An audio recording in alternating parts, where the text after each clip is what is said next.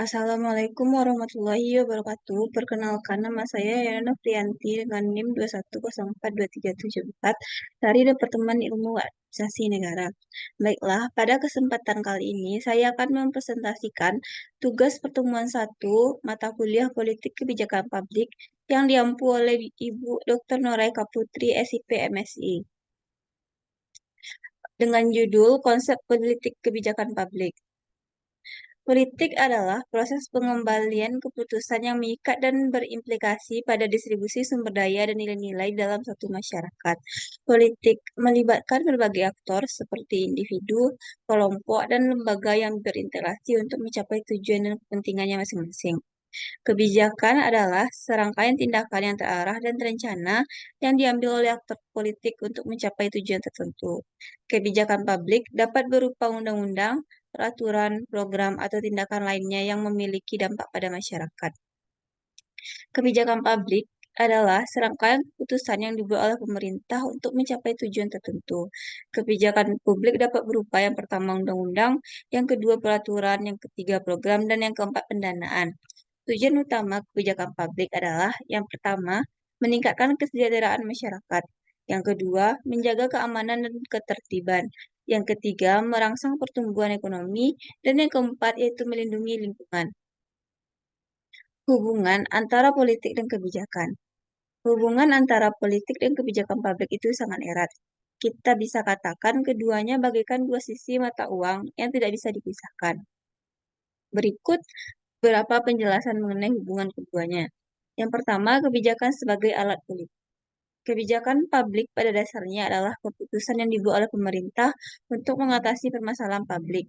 Namun, dalam proses pembuatan keputusan ini, kepentingan politik para aktor politik turut berpengaruh. Para aktor politik ini bisa berupa partai politik, pejabat pemerintah, atau kelompok kepentingan tertentu. Keputusan yang diambil tidak bisa dilepaskan dari tujuan yang ingin dicapai para aktor para aktor politik tersebut. Selanjutnya, politik mempengaruhi proses pembuatan kebijakan. Selain kepentingan, proses pembuatan kebijakan juga bisa dipengaruhi oleh iklim politik. Misalnya, pada sistem pemerintah koalisi, bisa terjadi tarik-menarik kepentingan antara partai politik yang turut mempengaruhi substansi kebijakan. Selain itu, partisipasi masyarakat dalam ranah politik seperti menyampaikan aspirasi atau kritik juga bisa menjadi masukan dalam pembuatan kebijakan. Kebijakan sebagai sarana meraih tujuan politik. Seringkali, kebijakan publik dibuat dengan tujuan untuk mendapatkan dukungan masyarakat atau konstituen. Para pembuat kebijakan berharap kebijakan tersebut bisa memberikan dampak positif yang nantinya akan menguntungkan mereka di kemudian hari, misalnya pada saat pemilihan.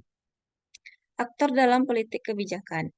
Yang pertama, berbagai aktor yang terlibat dalam politik kebijakan antara lain pemerintah, eksekutif, legislatif, dan yudikatif.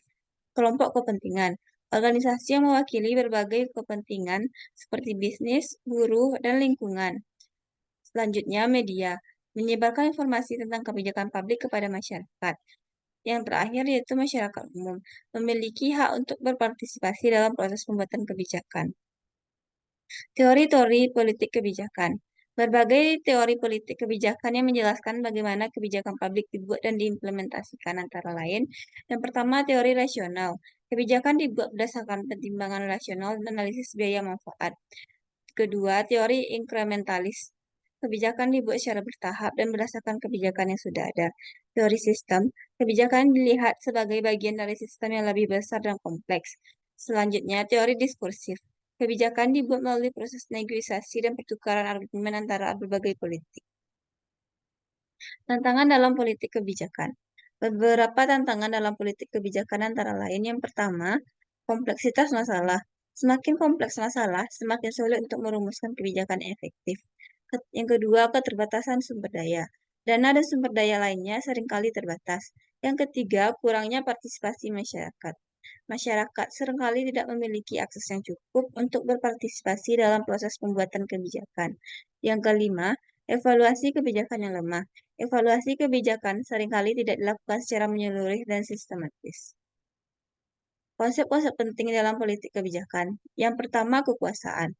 Kekuasaan adalah kemampuan untuk mempengaruhi orang lain untuk melakukan sesuatu yang mungkin tidak mereka lakukan tanpa pengaruh tersebut. Kekuasaan merupakan sumber daya yang penting dalam politik dan kebijakan. Yang kedua yaitu kepentingan. Kepentingan adalah tujuan atau nilai yang ingin dicapai oleh individu, kelompok, atau lembaga. Kepentingan yang berbeda-beda dapat bersaing satu sama lain dalam proses politik dan kebijakan.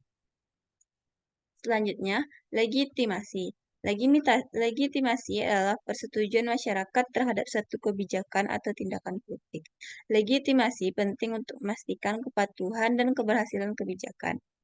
Keempat, yaitu proses kebijakan. Proses kebijakan adalah serangkaian tahapan yang dilalui dalam pembuatan dan implementasi kebijakan, mulai dari identifikasi masalah hingga evaluasi dan dampak kebijakan. Dapat saya simpulkan dari materi ini yaitu konsep politik kebijakan adalah bidang studi yang penting untuk memahami bagaimana pemerintah bekerja dan bagaimana kebijakan publik dibuat dan diimplementasikan. Memahami konsep ini dapat membantu kita untuk menjadi warga negara yang lebih aktif dan kritis dalam proses pembuatan kebijakan. Konsep politik kebijakan juga berupa tentang bagaimana kebijakan publik dibuat dan diimplementasikan.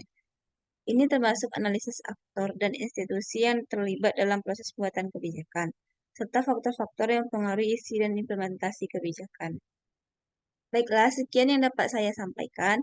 Bila ada salah dan janggal, mohon dimaafkan. Assalamualaikum warahmatullahi wabarakatuh.